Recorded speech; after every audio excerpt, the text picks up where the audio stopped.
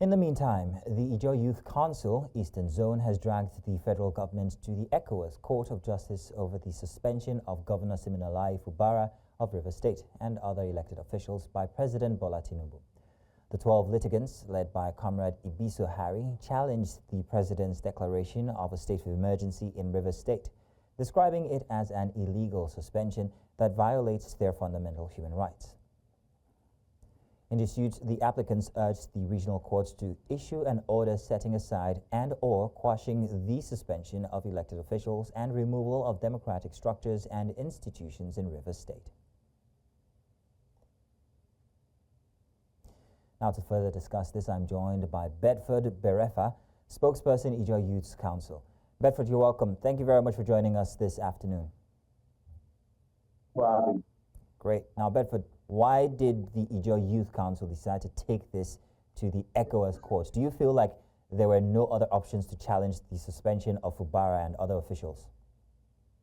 We all know it's very glaring that before now I said we are going to take every legal openings, every legal windows to seek redress. And the best place you can go to is ECOWAS court, because we know that the Nigerian judiciary is already bought over, is already biased on judgment, because the level of judgment they give, is something it is laughable. And that is the reason why we settled for ECOWAS court, an angle aspect of Ijaw Youth Council, which is an Eastern Zone that controls the other Port Harcourt area. We have to go to court to seek redress. We know that Nigeria in history does not obey any court ruling. Even ECOWAS court, the issue of Dasuki, the government did not obey court's ruling. Even Kanu. The Nigerian system did not obey court ruling. However, like I said, we are going to explore every legal means, and that's what we have done. That's what we have done. And there are more legal openings, more legal angles that we are going to explore to seek redress, because this is anti-democracy, and as a people, we must stand against it by every opportunity that we get. So, Bedford, your group described the suspension as illegal and a violation of your fundamental rights. Can you please break this down for us? What exactly makes this action unconstitutional or a breach of human rights?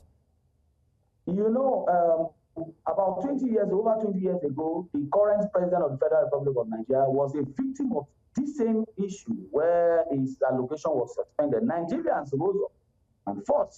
And it was unfortunately enough, it was Obasanjo who was a military man who had a military background.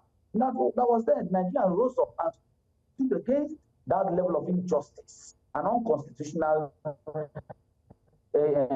democracy.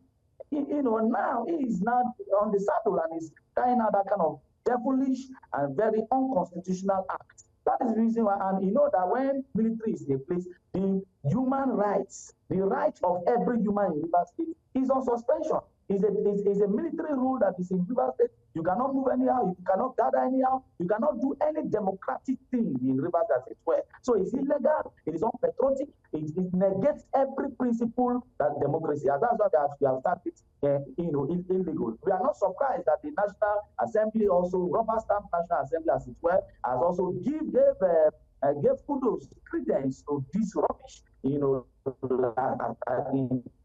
quote and unquote. Of course, we know what the Constitution says, the provision of Section 305, that's what it says about how emergency rule can come to play. But it's laughable that in reps, it was voice votes that were used, despite the fact that some of the members were agitating for quorum. It was given a deaf ear. Even in Senate, laughably enough, it was voice vote that they used, to encourage, to constitutionalize an illegal act. And you know what it says? When an illegal act is allowed to stay, every other illegal action becomes legal.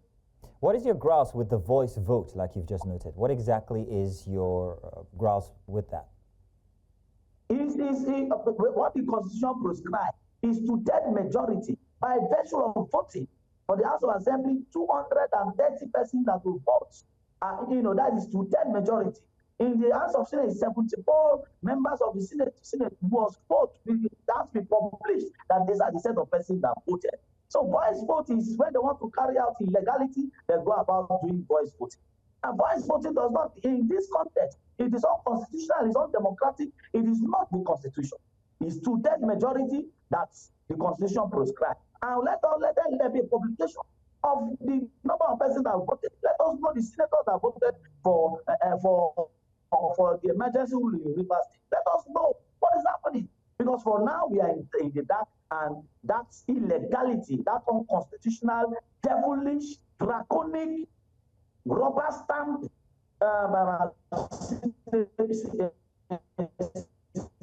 Senate as of disgusting. All right, Bedford, we couldn't hear much of you at the end there, but I'm hoping that can be rectified as I ask my final question. Some people argue that Tinubu's move was necessary to bring stability to Rivers State, especially considering the economics of Nigeria. So do you think that there was a better way to handle this crisis? My brother, this is a political fight. And the only way that political differences can be resolved is via political means. And the federal government did not explore those political channels effectively. And look at the reason why they are even giving a state of emergency. Before now, there have been series of explosions as a result of obsolete equipment in the Niger Delta, particularly in Rivers State. Bukuma was one of those communities that experienced ravaging well-earth destruction that led to the disease that community cannot recover from such. Now, even the pipeline, where they say explosion took place in Bokana, as I'm talking to you, the exploration activity is still going on. They are still transporting crude from that point. So you will see the handwriting is very, very, very clear that there is no reason to declare in the state of emergency in Rivers State. It was just draconic. As I'm talking to you, even the military, 10,000 military people in Rivers State, they are doing nothing because there's nothing to do. There's nothing to do. They are pepper souping and enjoying themselves. That is what they're doing, and indeed infringing on the democratic provisions of the people. Human rights is being violated. We call on Amnesty International and every other international body to put flashlight to be concerned in what is happening in Rivers State. This is draconic, this is indeed devilish, and it is not constitutional. And so there was no reason, to bring that level of drastic action in Rivers State because it was not called for. There was no war. There is no war. All right, then, Bedford. We're losing you again, Bedford. All right, Bedford. We're losing you again, Bedford. Thank you very much, Bedford. Unfortunately, we won't be able to continue because the audio there is getting a bit bad. But we did get your points that you have made. Thank you very much, Bedford Berefa.